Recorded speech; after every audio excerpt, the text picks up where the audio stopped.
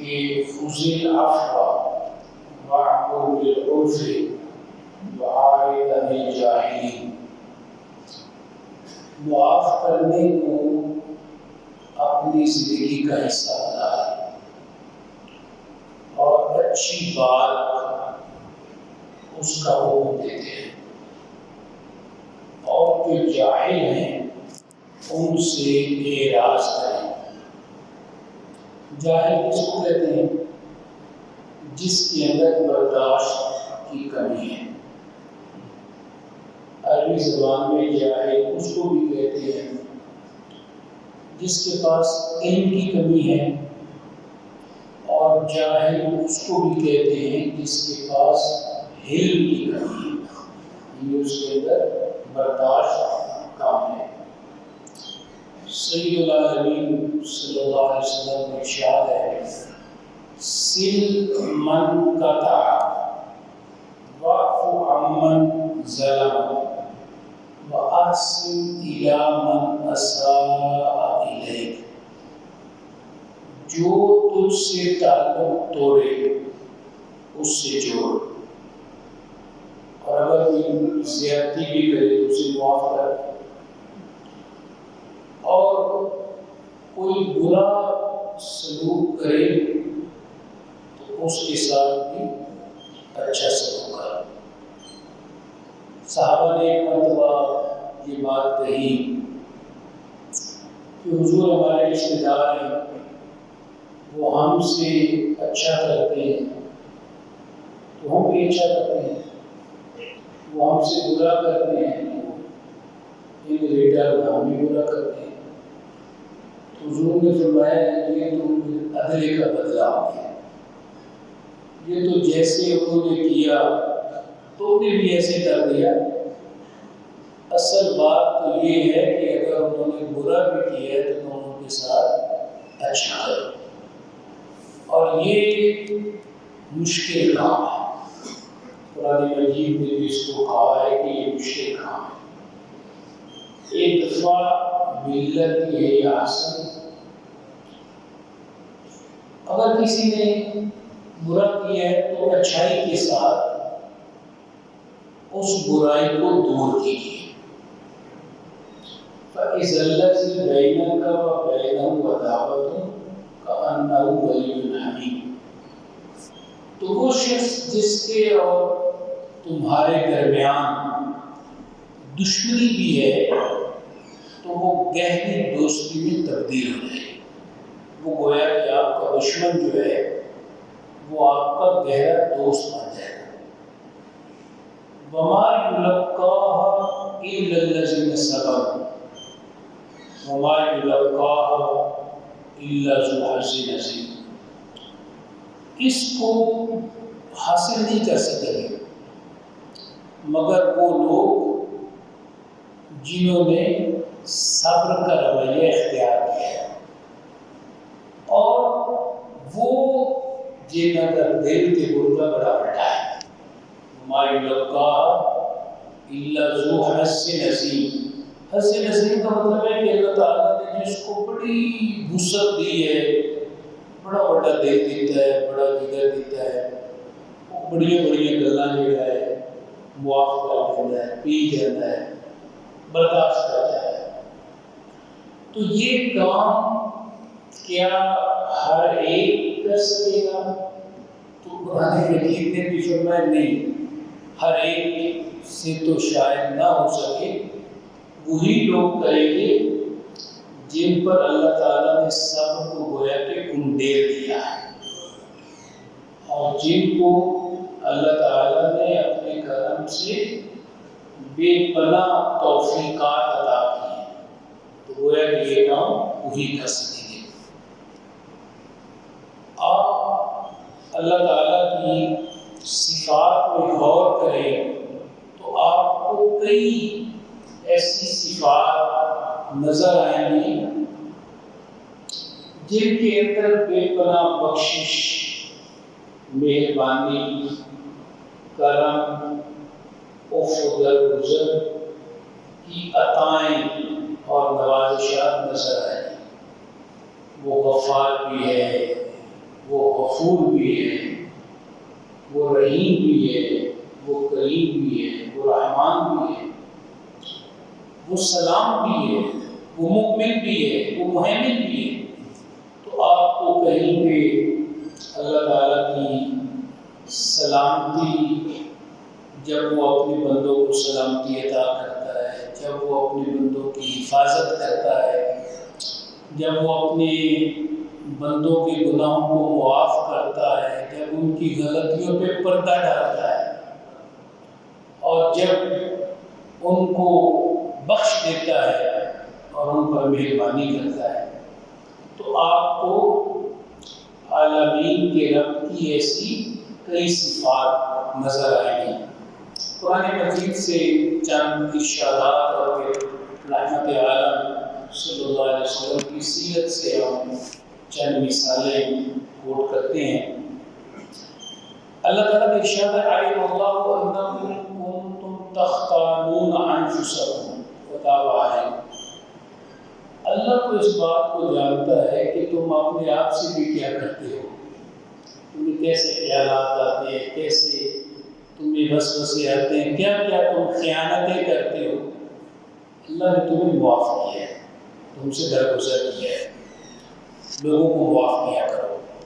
عفا اللہ عما سلف، جو گزر گیا ہے اللہ نے معاف کر دیا۔ ومن عاد فینتقم اللہ منہ، اگر دوبارہ لوٹے گا کوئی اللہ بھی پکڑے گا اور پھر انتقام بھی لے گا۔ وجزاء سیئۃ سیئۃ مثلها فمن عفا واصلح فاجرہ اللہ۔ برائی کا بدلہ اتنا ہی ہے جتنا کسی نے برا کیا ہے۔ ہم انسان جو ہے برائی کا بدلہ بھی ٹھیک ٹھاک لینا چاہتے ہیں، تو فرمایا اتنا ہی ہے جتنی برائی کسی نے کی ہے۔ جس نے معاف کر دیا، صلح کر لی، اصلاح کر لی، اس کا جو اجر ہے وہ اللہ پر ہے۔ ثم بدلنا مکان السیئۃ الحسنۃ حتی عفوا، ہم نے تو برائی کو بھی نیکی سے بدل دیا جب انہوں نے معاف کر دیا۔ ثم عفونا عنکم من بعد ذلک لعلکم تشکرون، ہم نے تمہیں معاف کیا اس کے بعد، اور کیوں معاف کیا؟ تاکہ تم اللہ کے شکر گزار بندے بن جاؤ۔ پھر ارشاد فرمایا فَأَن تَعْفُوا أَقْرَبُ لِلتَّقْوَىٰ، تمہارا معاف کرنا یہ تقویٰ کے قریب ہے۔ وَلَا تَنْسَوْا الْفَضْلَ بَيْنَكُمْ، آپس کے جو معاملات ہیں ان میں ایک دوسرے کو بخش دینا، سخاوت، اچھائی، اس کو بھول نہ جایا کرو۔ ایک دوسرے کو معاف بھی کرتے رہا کرو، درگزر بھی کرتے رہا کرو، اور ایک دوسرے پہ اللہ نے جو نعمت دی ہے مال کی صورت میں یا اور نعمتیں دی ہیں اس پر خرچ بھی کیا کرو۔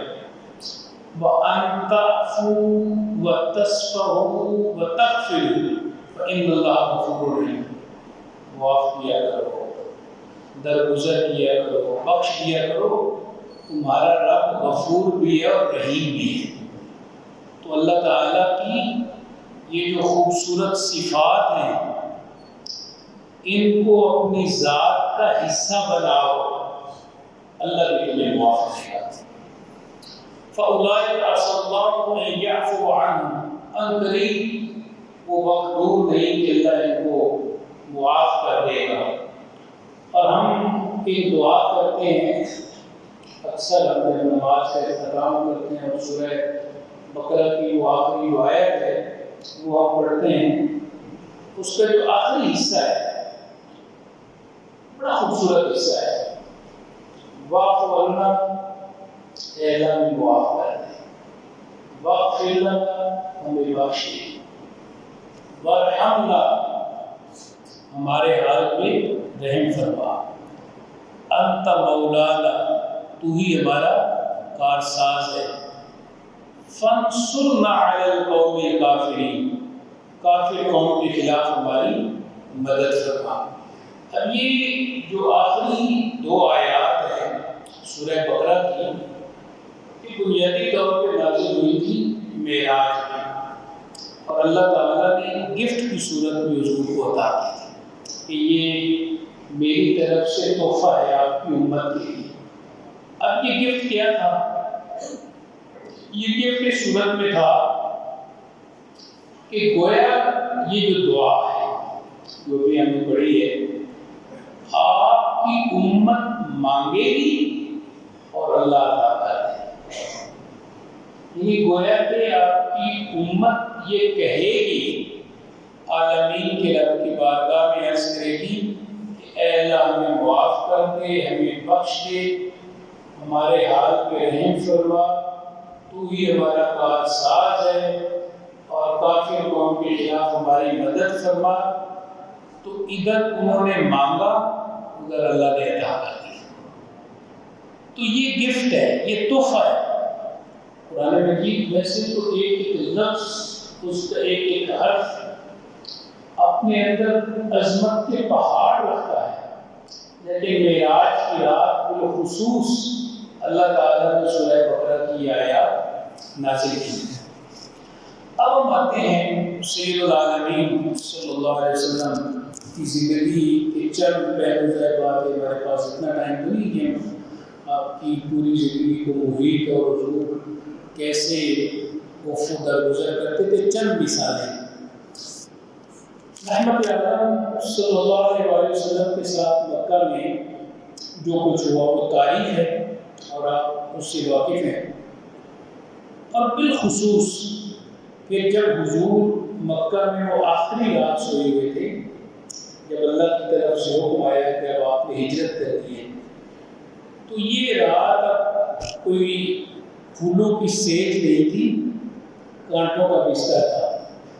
باہر ہر قبیلے کا ایک نوجوان یا بڑا آدمی وہ کھڑا تھا اور اس کے پاس ننگی تلوار تھی، اور اس حال میں کھڑا تھا کہ جیسے حضور باہر نکلیں گے تو وہ مل کر حملہ کریں گے اور دوسری آپ کو شہید کر دیں گے۔ یہ پلان تھا اور پورے پلان کے ساتھ کریں گے۔ اب اللہ تعالیٰ کا چونکہ آپ سے وعدہ ہے واللہ یعصمک من الناس، اللہ آپ کو محفوظ رکھے گا لوگوں سے، یعنی لوگ آپ کو کوئی نقصان نہیں پہنچا سکتے۔ حضور سورہ یاسین کی آیت پڑھ کے وجعلنا من بین ایدیہم سدا ومن خلفہم سدا فاغشیناہم فہم لا یبصرون، ان کی آنکھوں کے سامنے بھی پڑتا ہے، ان کے پیچھے بھی پڑتا ہے، پڑتی اور پٹی پہنتی اور گویا کہ ان کے سروں پر بھی پڑی اور ان کی آنکھوں پر بھی پڑی اور کچھ نہیں کر سکے۔ حضور غار ثور تک آئے، یہ بھی غار ثور تک آئے، وہاں بھی اللہ تعالیٰ نے حفاظت کی۔ پھر انہوں نے اعلان کر دیا کہ جو شخص رسول اللہ صلی اللہ علیہ وسلم کو نعوذ باللہ قتل کرے گا، یہ پکڑ کے لائے گا تو ہم اس کو 100 اونٹ دیں گے۔ اور سراقہ بن مالک اس حد تک کامیاب ہوا کہ وہ حضور کے قریب تک پہنچ گیا، اور جب قریب پہنچتا تو اس کے جو اس کا گھوڑا ہے تو وہ زمین پہ دھنستا تو واقع نہیں آ سکتا۔ بالآخر اس نے امان طلب کی اور حضور نے اس کو امان ملی اور فرمایا کہ سراقہ کو وقت کی یاد کرنا جب تیرے ہاتھ میں سونے کے کنگن پہنائے جائیں گے۔ اب یہ قاتل ہے اور 100 اونٹ کے لالچ میں آیا ہے، اور سراقہ کو اللہ نے خیر و پھر زندگی بھی دی، اور حضرت عمر رضی اللہ عنہ کے دور میں ایران فتح بھی ہوا، وہاں کے بادشاہ کے سونے کے کنگن بھی آئے اور حضرت عمر نے سراقہ کو پہنائے۔ خیر یہ تو واقعہ کا ایک حصہ تھا۔ تو انہوں نے کوئی کسر نہیں چھوڑی، رسول اللہ صلی اللہ علیہ وسلم کو نعوذ باللہ قتل کر دیا۔ حضور ہجرت کے 8 سال بعد جب مکہ فتح ہوتا ہے، واپس تشریف لاتے ہیں، تو کس حال میں حضور آتے ہیں؟ آپ کی اونٹنی جو تھی اس کا نام تھا کسوہ، اور اس کسوہ کا جو پالان تھا لکڑی کا، اس کا جو نے اپنی پیشانی اس پر یوں لگائی تھی. حضور جھکے ہوئے، یہ نہیں کہ کسی نہ تان کے حضور مکہ میں داخل آئے، اللہ کا شکر ادا کرتے ہوئے کہ اللہ تعالیٰ نے یہاں پہ واپس آیا. حضور ایسے ہی اپنی پیشانی کو اس پالان کے ساتھ لگائے ہوئے تھے اور گویا کہ عاجزی تھی، انکساری تھی. ایک انصاری صحابی نے بلند آواز سے کہا اليوم یوم المرحمہ، آج خون ریزی کا دن، ڈے آف بلڈ، خون بہائیں گے، یعنی اہل مکہ کا خون بہائیں گے. حضور علیہ السلام نے یہ کلمات سنے، آپ نے فرمایا لا، نہیں، لا تثریب علیکم اليوم، بلکہ پہلے فرمایا اليوم یوم المرحمہ، نہیں خون ریزی کا دن نہیں، آج تو مرحمہ رحمت کا دن ہے. انصاری صحابی نے کہا تھا کہ آج خون ریزی کا دن ہے، یوم المرحمہ. حضور نے فرمایا یوم المرحمہ، آج تو رحمت کا دن ہے. اور آپ نے اعلان کیا لا تثریب علیکم اليوم، آج میں کسی سے کوئی بدلہ نہیں لیتا، نو ریپروف اگینسٹ یو، اذهبوا انتم الطلقاء، جاؤ تم سب آزاد. تو یہ وہ شان کریمی ہے. انہوں نے کیا کیا؟ اور جو کچھ مکہ میں ہوتا ہے تو آج یہ بھی تو ہو سکتا تھا کہ یہاں پہ خون کی ندیاں بہلا دی جاتی. اور پھر فرمایا کہ جو سب سے بڑا دشمن ابو سفیان نے داخلہ فی دار سفیان، تو کلام ہے کہ ابو سفیان کے گھر میں بھی داخل ہو گیا، تو وہ بھی ہمیں آ گیا. اور یہاں پہ بڑے واقعات ہوئے. اکرمہ بن ابی جہل، ابو جہل کا بیٹا، بھاگ گیا تھا یمن کی طرف، کشتی میں سوار تھا، اور اس کی بیوی مسلمان ہو گئی تھی، وہ لے کر آئے. یہ بعض تواریخ میں سفیان بن امیہ لے کر آیا. اور جب حضور علیہ السلام نے دیکھا اور آپ کو پتہ چلا کہ اکرمہ جو ہے وہ اسلام لے آئے گا اور مسلمان ہو جائے گا، اور جو کچھ اس کے باپ نے کیا وہ ایک الگ کہانی ہے. صحابہ کہتے ہیں کہ حضور نے فرمایا مرحبا بالراکب، یہ جو سوار آ رہا ہے اس کو میں خوش آمدید کہتا ہوں. اور حضور اتنی تیزی کے ساتھ ہوتے کہ آپ کی چادر اتار دے اور اس کو ویلکم کیا، مسلمان ہو گئے. صفوان بن امیہ بن خلف، صفوان ایک ایسا شخص ہے جو امیہ بن خلف کا بیٹا ہے، اور یہ بھی اسلام کا اتنا ہی ہے. امیہ بن خلف ایک مکہ کا سردار ہے جو بدر میں قتل ہو گیا تھا، اور یہ حضرت بلال کا آقا تھا.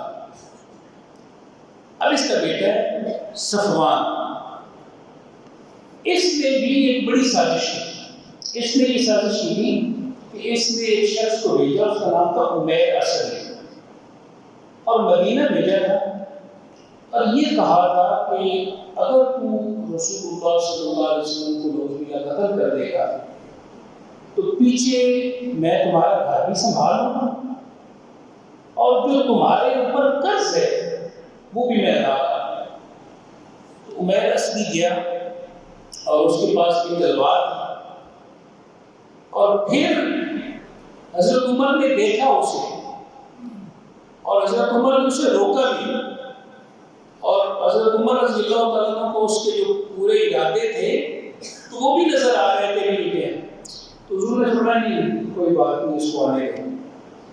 اور جب وہ آیا اور وہاں پہ بیٹھا تو حضور نے وہ سارا پلان اسے بتا دیا کہ یہ تمہارا پلان تھا. اس وقت اس نے کلمہ پڑھا. اس نے کہا کہ یہ تو اللہ کے نبی ہیں جن کو یہ بات کا پتہ ہو سکتا ہے، یہ کیسے ہو سکتا ہے؟